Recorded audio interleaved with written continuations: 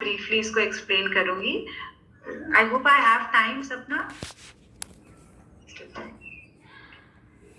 Yes, ma'am. We have sufficient time, ma'am. Yeah. Principles are divided into four important parts: cognitive and metacognitive.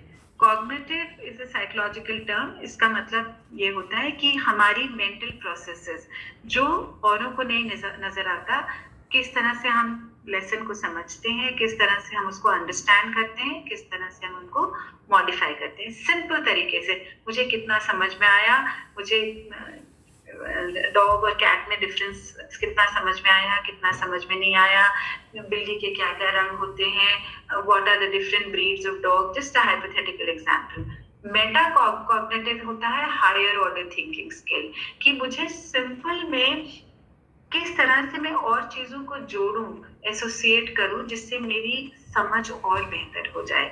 सो जो Meta का मतलब होता है high order thinking skill. To what extent can I incorporate और associate content that I already know, जिसके बारे में मुझे पहले से पता है, उसको मैं किस तरह से जोड़ूं। कभी मैं छोटी थी तो मैं किसी के घर गई थी और उन्होंने एक डॉगी पाला था और उनका डॉगी इस तरह से खाना खाता था, उसको ये देते थे। तो यहाँ पर टीचर ने मुझे डॉगी और कैट के डिफरेंस बताया, मगर मेरा मेटाकॉग्निटिव ये कहेगा कि हाँ डॉगी ये सारी चीजें खाता था, तो मेरी understanding about a dog is going to become better. So meta means high order, motivational and affective. Motivational यहाँ का मतलब है कि हम किस तरह से अपने बच्चों को मोटिवेट करें कि उनकी जो अचीवमेंट नीड है, जो कि हर इंसान के अंदर होती है, कि I should do well in what ever I am doing. It is not always important, हम हर इंसान या हर बच्चा ये नहीं सोचता कि उसे एक्सेल करना है, मगर उसके अंदर कहीं ना कहीं ये बात होती है कि मैं कितना बेहतर से बेहतर कर सकूं। ये चीजें तभी आएंगी जब उसका इमोशनल, अफेक्टिव का मतलब होता है इमोशनल वेलबींग उसका स्ट्रांग होगा। तो जब मैं बच्चों के साथ क्लास में डील करती हूँ, तो मेरा एक बहुत इम्पोर्टेंट एक कॉन्शियस अवेयरनेस होती है कि मैं किसी भी तरह से अपने बच्चों की जो इमोशनल नीड है उसको हमेशा इम्पोर्टेंस दूँ। I need to never ever try and deplete the emotional need of the child.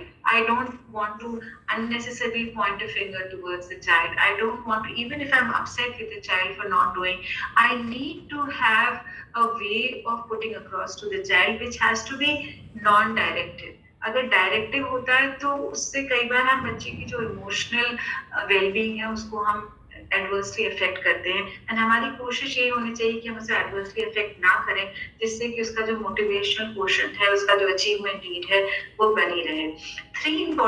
Third important principle is developmental and social. Developmental के अंदर ग्रोथ तो चीज है जो कि हमें नजर आती है, which is more biological in nature, कि बच्चे ने हाइट गेन कर ली, बच्चा थोड़ा सा